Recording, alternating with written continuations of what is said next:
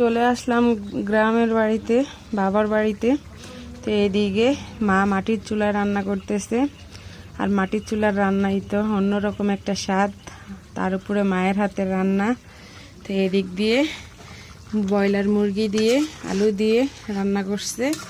তো রান্নাটা কমপ্লিট হয়ে গেছে, আর এদিকে চুলার উপরে ভাতটা হইতেছে।